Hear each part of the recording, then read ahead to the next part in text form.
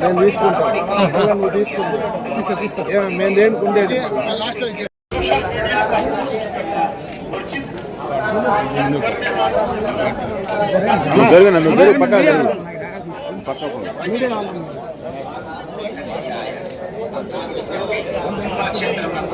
రాజకీయ ప్రసంగాలు చేయడం, ఆశ్చర్యకరమైన రీతి చేయడం, సామాజిక మాధ్యమాలను పోస్ట్ చేయడం, నిషేధం అతిక్రమించడం, చట్టపరమైనటువంటి చర్యలు తీసుకోబడతాయి. నమో వెంకటేశ్వరాయ. కొంచెం స్పీడ్గా వచ్చాను సార్.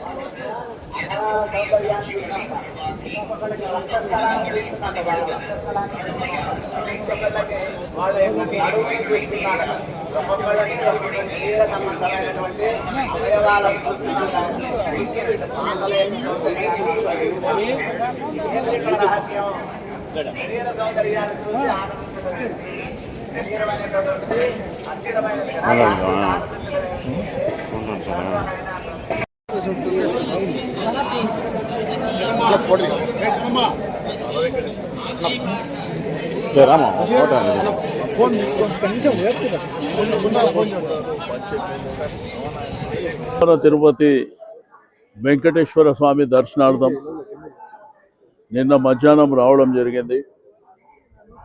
నిన్న శ్రీకాళహస్తి అభయ శ్రీ ప్రసన్న వెంకటేశ్వర స్వామి దేవాలయం, కళ్యాణ వెంకటేశ్వర స్వామి దేవాలయం, తొండమాను ప్రసన్న వెంకటేశ్వర స్వామి దేవాలయం ఈరోజు ఇప్పుడే స్వామివారిని దర్శించుకోవడం జరిగింది.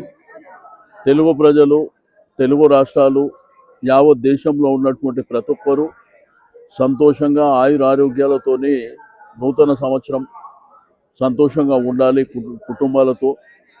రెండోది సంక్రాంతి కూడా ఈ 3-4 రోజులలో సంక్రాంతి స్టార్ట్ అవుతుంది. మనకందరికీ చాలా పెద్ద పండుగ సంక్రాంతి.